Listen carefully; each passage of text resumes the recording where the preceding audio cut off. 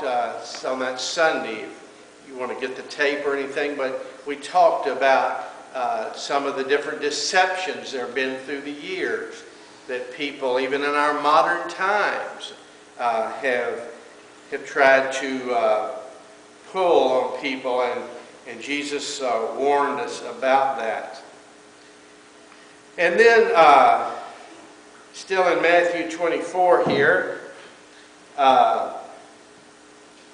he talks about the wars and rumors of wars and earthquakes and famines and pestilence.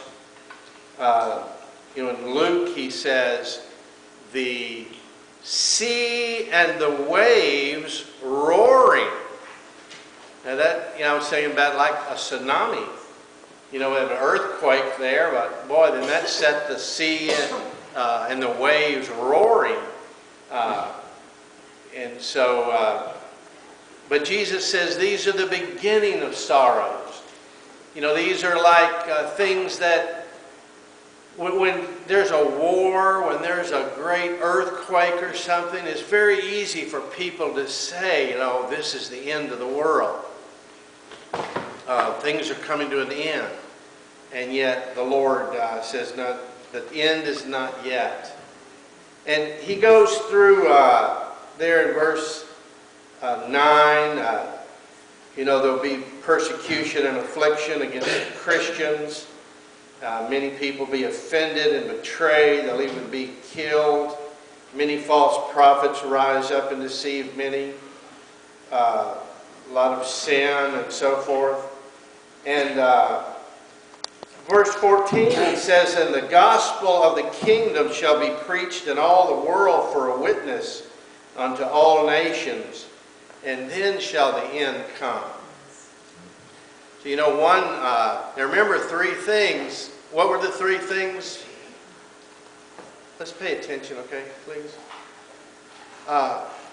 What were the three questions they asked Jesus? Sign. A sign. Sign of what? Of the end. Sign of the end of the world. All right. The sign of his coming. And when shall these things be, the temple be destroyed? What he's just been talking about. So he says here, in all these hard times and stuff, and he that shall endure to the end, the same shall be saved. Luke, the way Luke puts that is, in your patience possess ye your souls. Going through these hard times, these times when things get really bad, and all of these things have been going on. Christians being persecuted and so forth. But he says, we need to endure. We need to be patient. We need to wait on the Lord. And but one of the good things that's going to happen, he says, is this gospel will be preached in all the world. Mark says this gospel will be published in all the world, and then shall the end be. So one of the things that,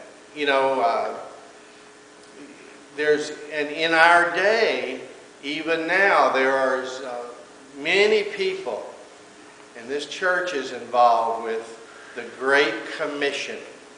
Go into all the world and preach the gospel to every creature, every person.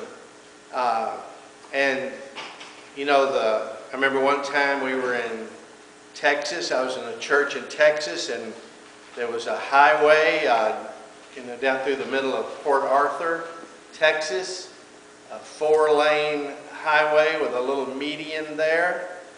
And there was, we set up a truck with one of those, the big horns on the roof, big loudspeaker horns on the roof of the truck, and we were preaching. I think you could hear it for miles.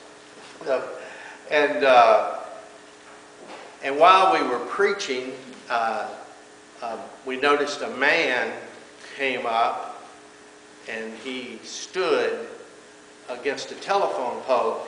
he was ready for bed. You know, he had his pajamas on and his house slippers on. And when he heard this loud, you know, he probably lived a block or two away, and he heard the loud speaker. He put his coat on, his house coat, they call him, and he walked over there, and he leaned against the telephone pole and was listening. And while we were preaching, the police came.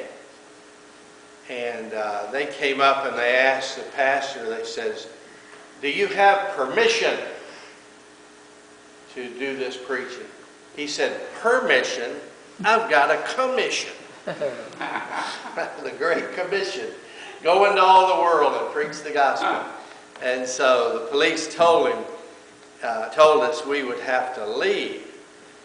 And that man said, "Officer," that man leaning against the telephone pole, he said, "Officer," and the policeman walked over to him. They spoke for a minute. The policeman got in his car and drove away. That man was the chief of police, and he was a Christian. And so, but you know, people going into all the world and preaching the gospel, people translating the Bible into different languages. You know, I was just so blessed on this last trip to get to go into Burma and preach. That's been against the law for a number of years now.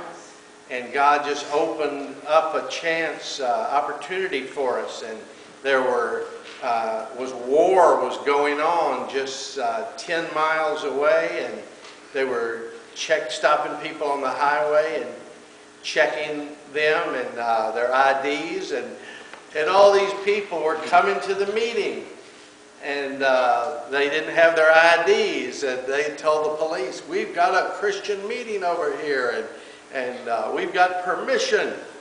And so nobody came and stopped us, you know. So, you know, the Lord's, you know, getting this gospel out. And then,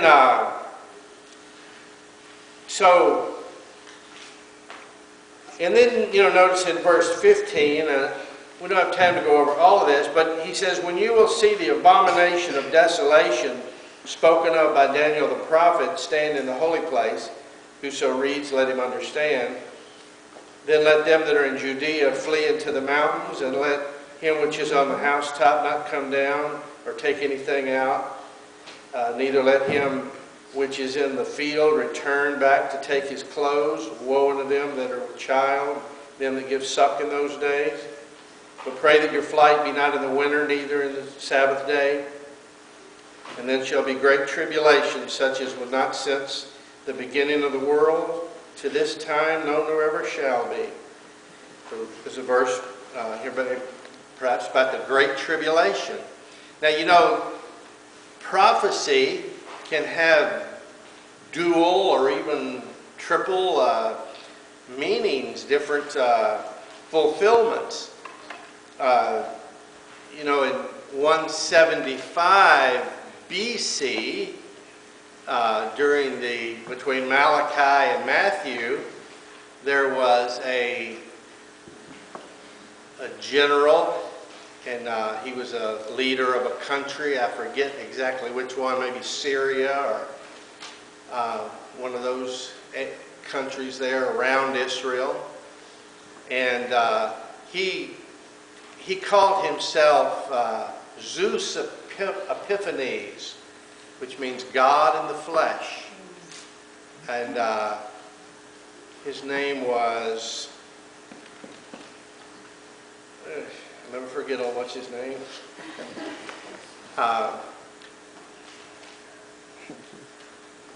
Anyway, we'll think of it in a minute. But he wanted to destroy Judaism, and he